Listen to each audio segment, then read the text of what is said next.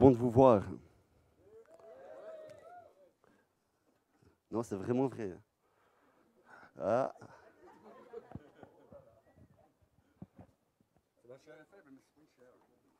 Je vais mettre la parole de Dieu là, je vais la mettre à côté de la chair peut-être. Ça va comme ça, je vais me faire engueuler. Je suis un peu comme à la maison, je me permets. Merci beaucoup Christophe. Et j'avais envie de vous demander quelque chose ce matin. Enfin, j'espère que vous allez tous bien. C'est vraiment bon de vous voir. Ça me fait un bien fou de venir ici. Je le partageais avant le culte avec certains. Je suis encouragé, béni rien que d'être avec vous, de vous voir. En tout cas, merci pour l'accueil, merci pour l'opportunité de venir. De temps en temps, c'est vraiment un cadeau. Et vraiment, je me réjouis de ce que fait Dieu ici et de ce qu'il va continuer de faire. Et donc, je vais vous demander quelque chose ce matin. C'est comment, pas comment ça va, ça aurait pu, mais comment va le monde autour de vous? Je n'ai pas vraiment d'autres questions. Donc, voilà, pas forcément hyper bien. C'est ça, la côte, c'est moyen? Ben, venez à la Neuville. Enfin, pour moi, c'est souvent assez difficile de lire les nouvelles parce que voilà, ça me démoralise. Alors, mon garçon adore le sport. Je regarde le sport avec lui. Mais des fois, les nouvelles, je suis là. Puis je me demande, mais dans quel monde vit-on? Je m'excuse, hein, j'ai plus l'habitude du micro à la main. Normalement, il y avait un petit truc là, mais je vois que... Donc, dans quel monde vit-on? Plus de micro. Qu'est-ce que le cœur de l'homme est pourri, n'est-ce pas? Puis je me demandais, mais est-ce que c'est nouveau? Est-ce que ça empire? On a des avis, hein? On arrive à la fin des temps, on espère. Ça fait un moment que ça dure, mais hein? Normalement, ça devrait empirer, n'est-ce pas? Et puis, est-ce qu'on peut faire quelque chose pour que ça change? Ou pas? Il y a Anna qui a un avis. Et pour essayer, hein, je vais pas trop m'engager, pour essayer de répondre un petit peu à ces questions, je vous invite ce matin à lire, enfin, pas vraiment lire, à vous plonger avec moi dans un texte de la Bible qui est un peu une histoire dérangeante. Je ne sais pas si vous connaissez des histoires dérangeantes dans la Bible, mais il y en a, enfin moi j'en trouve pas mal, et là il y en a une, ce matin j'ai vraiment choisi un truc super pour vous. Vous allez voir, elle est géniale. Et moi je trouve incroyable que la Bible se permette de dire des choses dérangeantes. Je trouve qu'il y a un certain courage de la part des auteurs bibliques. Un courage que j'espère qu'on peut retrouver aujourd'hui dans l'Église.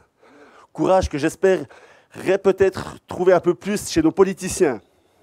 Mais je ne vais pas m'engager sur ce débat-là. Je m'arrête là. Donc on va s'intéresser ce matin à l'histoire d'un lévite.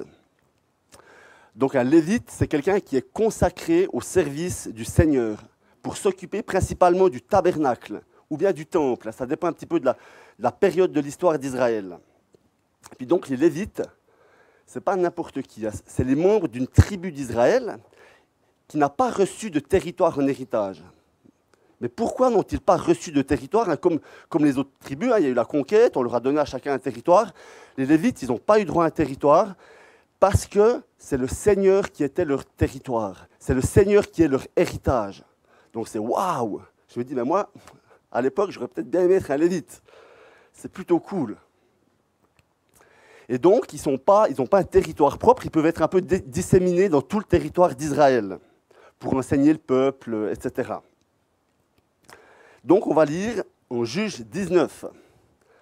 Donc, je vous invite à prendre vos Bibles, si vous en avez, vos smartphones. Je vous laisse 8 secondes pour trouver le texte.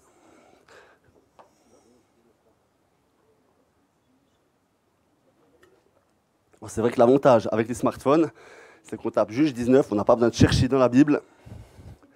Moi, je rigole avec mes enfants, je leur fais des concours, trouver les livres dans la Bible, des passages. Je dis, mais papa, c'est où? Des fois, ils cherchent Juge au bout du Nouveau Testament. Enfin, c'est rigolo. Donc, en ces jours-là, il n'y avait pas de roi en Israël. Un lévite qui séjournait en immigré au fin fond de la région montagneuse d'Éphraïm, prit pour concubine une femme de Bethléem de Juda. Sa concubine lui fut infidèle, puis elle le quitta pour retourner chez son père à Bethléem de Juda. Elle y resta pendant 4 mois. Je m'arrête déjà là. Donc c'est l'histoire d'un lévite, homme consacré au Seigneur, dont la concubine, ou bien femme de second rang, ça dépend je pense un petit peu de vos versions, s'enfuit pour retourner chez son père. Et ce, pour des raisons pas très claires. Je ne sais pas ce qu'il y a écrit dans vos traductions, mais moi, la NBS que j'utilise parle du fait que la concubine a été infidèle. Ce qui est aussi écrit dans la Louis II 21. Je ne sais pas si quelqu'un a la Semeuse. Quelqu'un lit dans Semeur? Pas forcément. Mais la Bible du Semeur parle de prostitution. Et puis toi, elle s'est fâchée. Alors c'est marrant, elle s'est fâchée. Ça c'est la Bible pour la version femme courageuse. En fait, ça vient de la Septante. Hein, la traduction, la version grecque de l'Ancien Testament a traduit par se fâcher ce texte parce que le mot qui est utilisé en hébreu, c'est zana, c'est un verbe qui parle essentiellement de la prostitution.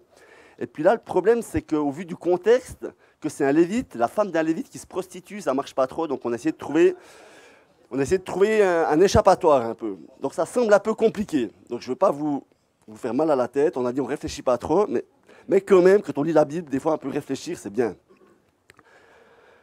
Donc ce qu'on est sûr, on ne sait pas vraiment ce qu'elle a fait ou pas. Est-ce qu'elle s'est prostituée, est-ce qu'elle s'est fâchée, est-ce qu'elle a été infidèle?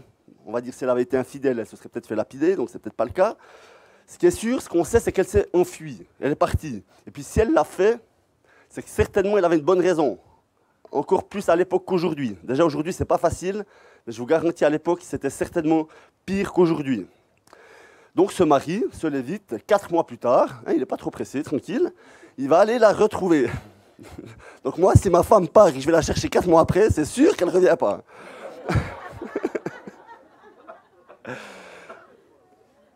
Donc il va aller la retrouver chez son père afin de la ramener avec lui si possible. Et là, la suite de l'histoire, hein, le lévite se fait accueillir comme un roi par son beau-père. Ils vont faire la fête, festoyer, boire, de manière certainement un peu exagérée, et puis dans des proportions qui vont au-delà des règles de l'hospitalité courante de l'époque, qui aurait été 2 ou 3 jours. Là, ça va être 3, 4, même un 5e jour, passer à se réjouir. Tout a l'air bien, normal, c'est super. C'est la fin de l'histoire. Et non. Donc de la femme, déjà, on ne parle plus. On ne sait pas si elle participe aux festivités. Et donc, le 5e jour, le lévite va refuser l'invitation de son beau-père de rester encore une nuit, et ils vont s'en aller environ au milieu d'après-midi, pour une journée de voyage. Donc, ce n'est pas hyper malin de partir à 3 heures l'après-midi quand on doit marcher 8 heures. Et là, on reparle de la femme. Elle est nommée après les ânes. Ça donne peut-être une idée de l'échelle des valeurs du lévite. Enfin, on va voir ça un peu plus tard. Donc là, ils vont marcher 3-4 heures environ à la distance de Bethléem, de Juda à Gibéa. Et le soir tombant, ils vont s'arrêter à Gibéa pour demander l'hospitalité, chose courante un petit peu pour l'époque. Il n'y avait pas de Airbnb ou comme ça. Donc la petite troupe, hein, il y a le couple, mais il y a aussi un serviteur et 2 ânes.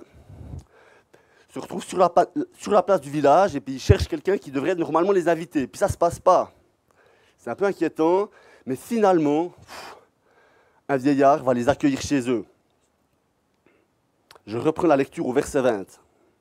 Le vieillard dit « Sois tranquille, je me charge de tout ce dont tu as besoin, tu ne passeras pas la nuit sur la place. » Là, on se dit « Ouf !» La situation semble trouver un épilogue heureux. Verset 21, il les fit entrer chez lui et donna du fourrage aux ânes. Les voyageurs se lavèrent les pieds, puis ils mangèrent et burent. On se dit, tout va bien. On se demanderait même si la femme participe au repas. Le texte ne le dit pas. On se dit, peut-être que tout d'un coup, comme leur cœur était content, des hommes de la ville, des hommes sans morale, entourèrent la maison et se mirent à tambouriner à la porte en disant au vieillard, le maître de la maison, « Fais sortir l'homme qui est entré chez toi, pour que nous ayons des relations avec lui. » Aïe, ça se gratte. Je ne sais pas si ça vous fait penser à un événement déjà passé dans le récit biblique. Avant ça, il y a une histoire qui ressemble beaucoup à ce bout-là. Exactement, avec Lot, hein, Genèse 19, Sodome et Gomorrhe. Il y a vraiment beaucoup de parallèles entre ces deux textes. Donc si on connaît un peu sa Bible, on se dit ouïe ouïe ouïe, mais finalement, avec Lot, ça se termine, je ne vais pas dire bien, mais au moins Lot peut s'enfuir, c'est pas trop la cata. On dit, il y a Dieu qui vient faire un miracle, qui vient aveugler les méchants hommes pour les sauver de la situation. Donc là, c'est de nouveau, la tension augmente. Qu'est-ce qui va se passer? C'est un peu comme un roman, hein, vous voyez? Il y a de la tension, moins de tension, c'est une histoire. Et donc, le maître de la maison sortit vers eux et leur dit « Non, mes frères, n'agissez pas mal, je vous en prie, puisque cet homme est entré chez moi. » Donc, puisqu'il est rentré chez lui, il est sous la responsabilité du maître de la maison. Hein. « Ne commettez pas une telle folie. Voici ma fille qui est vierge. » Ah ben voilà. « Ainsi que la concubine de cet homme. Laissez-moi les faire sortir, je vous prie. Abusez d'elle et faites-leur ce qui vous plaira.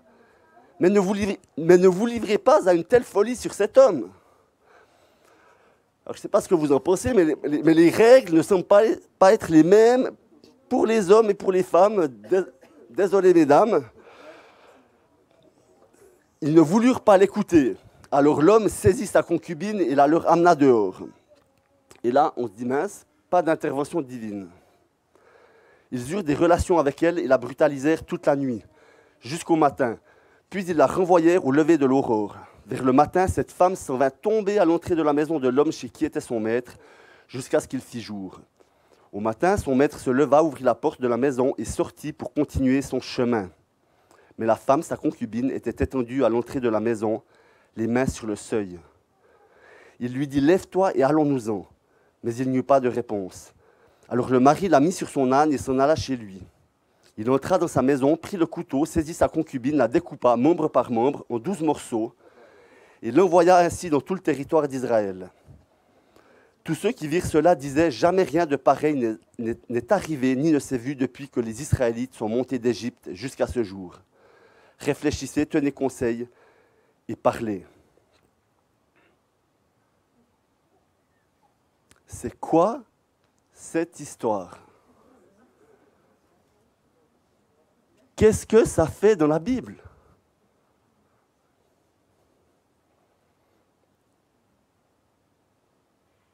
On ne sait pas trop au premier abord, mais je vais essayer un petit peu de vous donner, à mon avis, une explication convaincante. J'espère. En fait, à travers ce texte, l'auteur veut nous montrer à quel point la situation s'est dégradée en Israël. Israël, c'est le peuple de l'alliance avec Dieu. C'est le peuple au milieu duquel Dieu choisit d'établir sa demeure, le tabernacle, puis le temple. C'est juste quelques siècles avant cette histoire que le peuple a quitté l'Égypte, qu'il a traversé le désert, qu'il a reçu les tables de la loi, tout ça, il n'y a pas très longtemps. Puis ils ont conquis la terre promise, hein, le pays de Canaan. Tout ça, on le voit dans les premiers livres de la Bible, hein, de Genèse à Josué. Et là, juste après Josué, on arrive dans les Juges. Et le livre des Juges nous parle de la situation en Israël, après la conquête. Et malheureusement, c'est une situation qui se dégrade. Et dans tout le livre des Juges, si on le lit depuis le début, il y a une spirale négative. Avec, au début du livre, il y a des juges. Hein, les juges, c'est un peu les libérateurs que Dieu suscite pour libérer son peuple, qui sont plutôt bons. Au début, on a Othniel, on a Déborah, des gens qui tiennent la route. Et puis plus ça avance, plus les juges deviennent... Plus ces libérateurs deviennent mauvais, plus c'est la misère. Et là, Juge 19, c'est vraiment la fin du livre. C'est ce qu'on appelle peut-être l'épilogue, hein, vraiment la fin. Et c'est vraiment le constat de la déchéance dans laquelle Israël est tombé. Et moi, ça me fait un peu penser à aujourd'hui. Israël est dans la déchéance, déjà à l'époque. Ce n'est pas vraiment nouveau. C'était déjà la cata. Et la fin de ce livre est encadrée par une phrase célèbre qui revient plusieurs fois, que vous connaissez certainement. C'est « En ces jours-là, il n'y avait pas de roi en Israël. Chacun faisait ce qui lui convenait, ce qui lui semblait bon. » Et c'est vraiment ce qui se passe. Chacun en fait à sa tête. Chacun fait ce qui lui semble bon. Et si on va juste avant ce récit, Juge 17-18, vous pouvez le lire à la maison, c'est l'histoire d'un autre lévite. Donc d'un homme, le lévite, c'est un homme qui devrait représenter le summum de la morale dans le peuple. Et puis c'est un lévite qui va transgresser sans scrupule les lois de base du culte que Dieu avait donné. Et puis ce qui est hyper choquant, c'est qu'il a l'air de le faire de bonne foi. Il le fait sincèrement. C'est pas genre je suis un petit coquin, Non, il le fait sincèrement. Il fait ce qui lui convient. Et ce n'est pas un problème. Et c'est un problème pour personne. Parce que c'est tout le système de valeurs, toute la morale du peuple qui est tombée au plus bas. À ras les pâquerettes. Tu fais n'importe quoi, vraiment. Tu transgresses les lois de l'alliance totale. Mais ça choque personne. Ça surprend personne parce que c'est comme ça. En fait, ça choque quelqu'un, ça devrait nous choquer nous. En tout cas, moi, ça me choque. J'espère que ça vous choque, j'espère que ça marche. Parce que c'est vraiment choquant, et ça doit être choquant. C'est ce que veut faire l'auteur, il veut que ça nous choque. Et puis là, donc, on arrive à Juge 19, l'histoire d'un autre lévite. Donc, ce n'est pas un hasard, deux lévites, là, c'est... Et puis si on a lu donc Juge 17-18 avec l'histoire, avec Mika, toute l'équipe, on devrait déjà avoir un a priori négatif sur ce lévite. Et puis ça va se confirmer dans ce livre, dans ce chapitre 19. Et puis jusqu'à la fin du livre des Juges, il n'y a que 2 chapitres, 20-21. Et puis c'est pour ça qu'à mon avis, la femme, je penche plutôt pour le fait qu'elle est prostituée en faveur du lévite. Parce que dans tout ce texte, on va voir que le lévite n'en fait qu'à sa tête. Il fait que ce que lui veut. Et ça passe de catastrophe en catastrophe. Il fait ce qui lui semble bon, peut-être, mais ce n'est pas OK pour autant. Et j'ai envie de te dire ce matin que ce n'est pas parce que tu fais ce qui te semble bon, ce qui te convient, que c'est bien. Aujourd'hui, on l'entend partout, je ne sais pas chez vous, mais en tout cas chez moi. Si c'est bien, si c'est bon pour toi, fais-le, c'est OK. Non, ce n'est pas ça le critère. Ce n'est pas parce que ça te semble bon et bien que c'est bon. Ce n'est pas ça le critère. Regarde mon cœur, et tu verras que ce n'est pas ça le critère. Le critère, c'est ça. Il faut que ça soit aligné avec la parole de Dieu. Si ce qui te semble bon et aussi ce que Dieu dit qui est bon, c'est OK. Et puis, ce n'est pas non plus parce que ça marche que c'est OK. Des fois, on dit ça, oui, mais ça marche, c'est que c'est bon. Non. La question, c'est est-ce que tu es aligné avec la pensée de Dieu, avec sa volonté, avec son message révélé aux hommes dans ce bouquin-là. Et moi, je vous garantis que ce Lévite, tout homme de Dieu qu'il est, il n'est pas aligné. Donc, il fait prostituer sa femme pour un intérêt certainement économique. Après, il va se faire accueillir chez son beau-père comme un roi, il va prolonger la fête. Là, on peut plutôt dire que c'est peut-être le beau-père qui cherche son intérêt, parce que le fait d'avoir un Lévite chez lui, ça donne une certaine reconnaissance, ce qui était le cas dans l'histoire précédente. Après, il va partir au milieu d'après-midi pour un voyage d'une journée, mais c'est stupide. Il sait qu'il va devoir s'arrêter 4 heures plus loin, qu'il prend des risques. Il n'en fait qu'à sa tête. Son serviteur va lui conseiller, viens, on s'arrête là, j'ai bu. Non, non, non, on ne fait pas ça. La vie des autres, rien à faire, il n'y a que lui. Et puis après, donc, je vais un petit peu moins résumer, heureusement, il trouve un gîte à Gibéa. Et là, alors qu'il se met à festoyer, comme on a lu, des hommes tambourinent à la porte pour le réclamer. Lui, ce Lévite, donc, à des fins homosexuelles. Et là, on se rend compte que la déchéance d'Israël, qui était déjà manifeste un peu chez ce Lévite, peut-être chez son beau-père, concerne tout le peuple. Tout Israël. Mais au départ, l'hôte semble, dans un premier temps, tenir la route. Il fait preuve de courage, il prend des risques, il sort. Non, mes frères, n'agissez pas mal, je vous en prie. Puisque cet homme est entré chez moi, ne commettez pas une telle folie. Et j'ai envie de dire là, c'est un peu tout à son honneur. Il défend son invité, mais la suite. Mais c'est quoi ça? En fait, c'est ce qui semble bon à ses yeux. Voici ma fille qui est vierge, ainsi que la concubine de cet homme. Laissez-moi les faire sortir, je vous prie, abusez d'elle et faites-leur ce qui vous plaira. Faites-leur ce qui vous semble bon. Mais ne vous livrez pas à une telle folie sur cet homme. Non, pas ce qui vous plaira, pas ce qui vous semble bon. Ce n'est pas ça le critère. Ce n'est pas parce que violer une femme, ça te semble bon qu'il faut le faire. Et vous avez peut-être remarqué, mais il y a un personnage dont on ne parle pas beaucoup, qui était aussi dans la petite troupe là, qui se déplaçait, c'était le serviteur. Pourquoi, j'ai envie de dire, tant qu'à faire, ben, tu ne balances pas le serviteur. Ou bien les ânes, je ne sais pas. Mais... Et c'est quelque chose qui est choquant dans ce récit, mais les femmes, hein, dans Genèse, elles sont créées à l'image de Dieu. Elles sont créées en tant que vis-à-vis de l'homme, équipière parfaite pour l'homme, égale à l'homme. Ça, c'est le texte de la Genèse, ça, c'est le cœur de Dieu.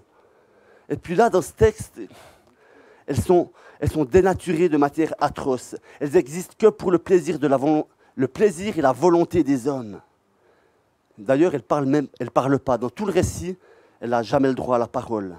Les hommes font ce qui leur semble bon et les femmes souffrent. Et donc finalement, la concubine sera jetée en pâture aux hommes de Gibéa qui semblent s'en accommoder. Et donc la suite, le matin, le maître de la femme, c'est intéressant, hein, il n'est plus appelé le mari, mais on comprend un peu pourquoi. Après une bonne nuit de sommeil, je suis un peu ironique, mais se lève pour s'en aller, sans une pensée pour sa concubine. Il veut rentrer chez lui. Et là, quand il sort, elle l'attend, étendue à l'entrée de la maison, les mains sur le seuil, cherchant peut-être une aide qui n'est jamais venue. Non, lui dormait, la conscience tranquille. « Lève-toi, allons-nous-en » Pas de réponse. Est-elle morte? On ne le sait pas.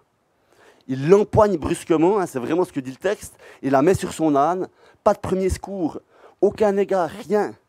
Et il rentre chez lui. Chez lui, il prend un couteau et la dépaisse, comme on le ferait pour un sacrifice. C'est quand même un lévite. C'est peut-être là qu'elle est tuée, si le voyage ne l'avait pas fait.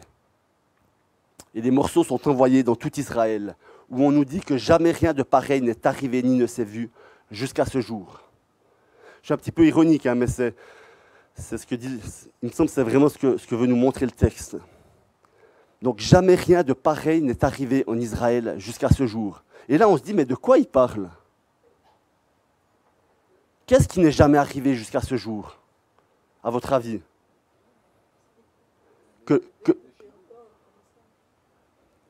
Alors, Christophe, ne prends pas trop de risques, hein, la déchéance, c'est bien, mais on peut se poser la question, c'est quoi le problème? C'est que les lois de l'hospitalité sont brisées à l'égard de cette femme? Est-ce que c'est ça? Est-ce que c'est le traitement infligé à celle-ci qui se fait violer toute la nuit à Gibéa? Est-ce que c'est ça? Est-ce que c'est l'attitude du Lévite à son égard, hein, qu'il a soumise à la prostitution dans son propre intérêt? Est-ce que c'est parce qu'il l'a jetée en pâture aux hommes pour se protéger? Ou bien est-ce que c'est parce qu'il l'a coupée en 12 morceaux? En fait, on ne sait pas. Le texte ne le dit pas. Mais ce que nous dit le texte, ce qu'il nous montre, c'est que la déchéance morale du peuple d'Israël, du peuple de l'Alliance, est vraiment tout en bas. C'est exactement ce que Christophe a dit. Si j'avais du chocolat, je t'en donnerais. Et la suite de l'histoire, dans les prochains chapitres, elle ne va pas aller en s'améliorant. L'horreur ne semble jamais devoir s'arrêter. Vous pouvez lire, hein, 20-21, c'est... Mais que fait cette histoire dans la Bible? Que nous dit-elle du Dieu de la Bible? C'est là que ça devient intéressant. Comme je l'ai déjà dit, cette histoire est encadrée par cette phrase « En ces jours-là, il n'y avait pas de roi en Israël. Chacun faisait ce qui lui convenait. » Et là, certains spécialistes pensent que ce livre a été écrit pour appuyer le besoin d'un roi sur Israël, d'un roi humain, de légitimer Saül, David, Salomon et tous les autres. Mais là, je dis, mais est-ce que la royauté en Israël va amener un réel bénéfice moral à la nation d'Israël? Là, il faut lire 1-2 Samuel, 1-2 Rois, pourquoi pas 1-2 Chroniques, mais en fait, pas vraiment. Ça continue d'être la cata. Il y a des bons rois, des mauvais rois, mais on voit un petit peu plus loin dans 1 Samuel 8, c'est dans le récit biblique, la suite du récit, le peuple va demander un roi, justement, au prophète Samuel. le Seigneur dit à Samuel, « Écoute le peuple et tout ce qu'il te dira. Ce n'est pas toi qu'il rejette, c'est moi qu'il rejette.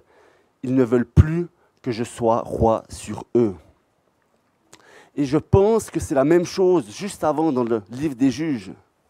Le roi qu'il n'y a plus sur Israël, c'est le Seigneur. Israël rejette le Seigneur son Dieu, ce qui l'amène dans la déchéance morale et spirituelle. Et je crois qu'on peut dire que bibliquement, la déchéance morale de notre monde est une conséquence, oui, évidemment, de la chute, mais aussi du rejet de l'Éternel comme roi. Et je crois que c'est ce que veut nous montrer l'auteur de ce livre des Juges. Il nous montre ce qu'il arrive à l'être humain qui rejette le Seigneur son Dieu et qui fait ce qui lui convient, ce qui lui semble bon, selon ses propres intérêts, selon ses propres critères. Et ça l'amène où? Ça l'amène dans le mur. Ça l'amène dans la déchéance. Nos critères, nos désirs, ce qui nous convient, ne doit pas être la norme. Ce n'est pas forcément bon. Ce n'est pas parce que tu en as envie que c'est bon. Vous avez des enfants? Et c'est même souvent le contraire. La norme est la Bible. La norme est la Bible. Celle-ci, dans son ensemble, à la suite de la chute dans le Jardin d'Éden, montre combien le cœur de l'homme est dur, combien le cœur de l'homme est centré sur lui-même, combien le cœur de l'homme est égoïste, comme pour les protagonistes de ce récit, comme pour ce Lévite. Et je crois que c'est pour ça que, aussi dans la suite du récit biblique, les regards des prophètes de tout l'Ancien Testament, ils vont se porter vers un autre roi. Un roi incroyable. Je ne sais pas si vous voyez de quel roi je parle. Ils vont parler du Messie. Un roi différent, un roi serviteur, un roi qui vient donner sa vie. Un roi qui viendra changer et transformer les cœurs.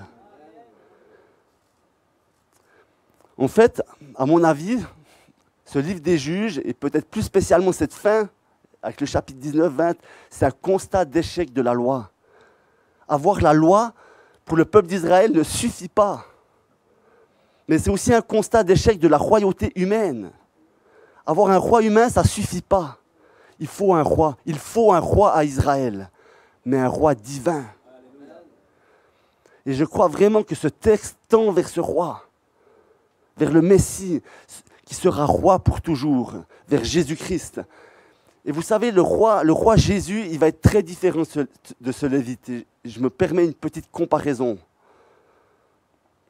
En fait, je ne vais pas trop parler du Lévite, je vais parler de ce qu'est Jésus, en comparaison, enfin, en écho, en miroir un peu de ce Lévite. En fait, on parle d'un roi qui, plutôt que de chercher les avantages, plutôt que de chercher à festoyer, va s'abaisser pour servir. Un roi qui, plutôt que de se centrer sur lui-même, sur ses désirs, sur ses intérêts, va se centrer sur les autres, qui va chercher à répondre aux besoins des autres. Un roi qui, plutôt que de sacrifier la vie de ses serviteurs, un peu comme ce Lévite qui va prendre la concubine et la mettre dehors, c'est un peu la concubine qui va jouer le rôle de porte entre lui et les voyous. Ben, ce roi Jésus, il va de lui-même, il va ouvrir la porte, il va sortir au milieu des voyous et il va donner sa vie. Ça, c'est le roi Jésus, ça, c'est le Messie. Il est complètement autrement. C'est ce roi extraordinaire qu'annonce toute la Bible, Jésus-Christ. C'est vers ce roi que tend ce texte. Jésus. Si l'équipe de louange veut me rejoindre. Et je crois que ce matin, il y a un appel. Il y a un appel pour peut-être chacun d'entre nous qui s'est un peu retrouvé dans ce texte, pour une raison ou une autre, dans ses réactions toutes humaines, toutes charnelles. Augustin va dire que l'homme ne peut pas ne pas pécher. Je ne peux pas faire confiance en mon instinct. Je ne peux pas faire confiance en ce qui me semble bon, en ce qui me convient. Je dois faire confiance à la Bible et à Jésus. J'ai besoin d'un roi, d'un Seigneur à suivre, à qui obéir, en qui me confier. J'ai besoin d'un roi sur ma vie, à l'inverse d'Israël à cette époque. J'ai besoin d'un roi et Seigneur à suivre, à qui obéir, en qui me fier. Et c'est un peu le début de l'année scolaire. Ma vie est rythmée par les débuts d'année scolaire et j'aimerais nous inviter à nous engager ce matin à nouveau à sa suite. Nous engager à le suivre, nous engager à marcher dans ses pas, nous engager à chercher à lui ressembler. Il disait faire ce qu'il voit faire son Père, que nous puissions nous faire ce que nous le voyons faire lui. Pour ça, on a besoin d'étudier ça, de lire ce livre, pour comprendre le message, pour mieux comprendre qui est le Dieu extraordinaire dont parle ce livre. Il ne nous est pas demandé de changer le monde, mais de briller. Briller dans les ténèbres de celui-ci, de l'espérance glorieuse que nous avons trouvée en Jésus-Christ. Et là, normalement, on se dit, oui, mais je n'y arriverai jamais. T'inquiète.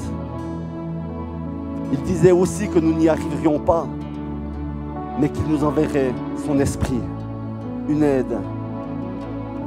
On peut donc accueillir son esprit en nous, nous laisser transformer. Le laisser transformer nos cœurs, transformer nos vies, afin que nous brillions de la lumière de Jésus-Christ. Là où nous sommes, indépendamment des circonstances, indépendamment des mauvaises nouvelles, indépendamment des ténèbres qui nous entourent. Jésus ouvre la porte et sort pour donner sa vie librement, pour nos péchés, pour nos manquements. Et d'une certaine manière, il nous demande de faire la même chose. Donner nos vies librement pour lui, pour son royaume, pour son Église, pour les frères et sœurs. Si ce matin tu te dis, mais oui, je l'ai peut-être déjà fait 1000 fois, mais Jésus, je veux te le dire encore une fois, je veux te suivre. Je veux briller dans ce monde, à ton image. Je veux donner tout ce que j'ai, tout ce que je peux. Je ne veux pas me cacher dans la maison. Je veux sortir briller, briller dans les ténèbres.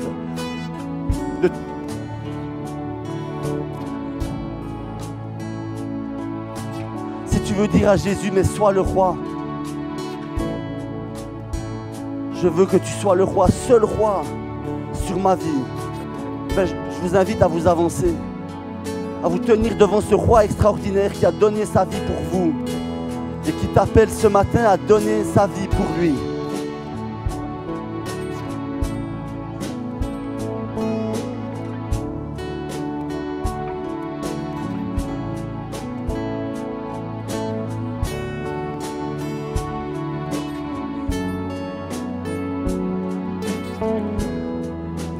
Vous savez, il n'y a pas la place pour deux rois dans nos vies. C'est soit lui, soit c'est nous. Soit c'est l'égoïsme. Il est Dieu, il mérite la seule place. Il mérite d'être le seul roi. Si vous voulez vous avancer, avancez-vous pour marquer cet engagement à servir Jésus. La Bible, elle nous engage à le suivre. La vie chrétienne, c'est pas juste accepter un enseignement. La vie chrétienne, c'est suivre Jésus. C'est suivre un maître. C'est imiter un maître. Et puis vous savez, suivre ce roi, c'est difficile. Ça demande beaucoup. C'est pas facile. Moi, des fois on me dit, mais c'est facile d'être chrétien. Je dis non, c'est pas facile. Je crois que c'est plus facile de ne pas être chrétien que d'être chrétien. Mais on est appelé à le suivre. On est appelé à marcher à sa suite. On est appelé à donner nos vies pour lui et pour les frères. J'aimerais prier. Seigneur, je ne veux pas être à l'image de ce Lévite. Je ne veux pas être quelqu'un de religieux et d'égoïste qui n'en fait qu'à sa tête, qui ne fait que ce qui lui semble bon. Je veux être un disciple fidèle qui marche à ta suite. Je veux être un disciple fidèle qui t'obéit, qui obéit à ta voix. Seigneur, je ne veux pas être comme ce disciple, me cacher dans la maison et envoyer ma femme en pâture aux hommes mauvais. Seigneur, je veux comme toi, je veux ouvrir la porte librement et sortir, donner ma vie. Seigneur, c'est ce que tu nous demandes de faire. Et on veut te dire ce matin, Seigneur, on n'y arrive pas. On a besoin de toi, on a besoin de ton esprit. Viens, Saint-Esprit, remplir nos vies. Viens, Saint-Esprit, comme l'a prophétisé Jérémie il y a des milliers d'années. Viens changer nos cœurs, ces cœurs de pierre qui sont durs, transforme-les en des cœurs de chair.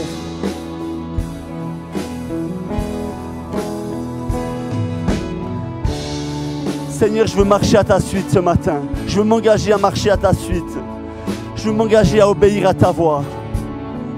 Je veux m'engager à me conformer, non pas à ce qui me semble bon, à ce qui me semble bon, mais à ta parole et à ce que dit ta parole. Seigneur, ce matin, je te donne tout. Tu es le roi. Je te donne mon argent, je te donne mes vacances. Je te donne mon emploi du temps, je te donne ma famille. Tout t'appartient, Jésus. Tu es le roi, tu es mon roi. Je le proclame ce matin devant le monde visible et le monde invisible. Tu es le roi. Jésus, tu es le roi, il n'y en a pas d'autre. Jésus, le critère, c'est toi. Le roi, c'est toi. Le critère, c'est toi. Pardon pour toutes les fois où je prends ta place. Pardon pour toutes les fois où je fais ce qui me semble bon, alors que ce n'est pas ce que tu me demandes. Jésus, ce matin, je veux m'engager à te suivre, à marcher dans tes voies et à obéir à ta voix. Jésus, sois le roi. Sois le roi. Jésus, pas sois le roi. Nous voulons le confesser ce matin. Tu es le roi. Tu es le roi. Dis-le, proclame-le sur ta vie. Tu es le roi, Jésus. Il n'y en a pas d'autre. Tu es le roi, Jésus. Tu es le roi. Gloire à ton nom, Jésus. Gloire à ton nom, Jésus.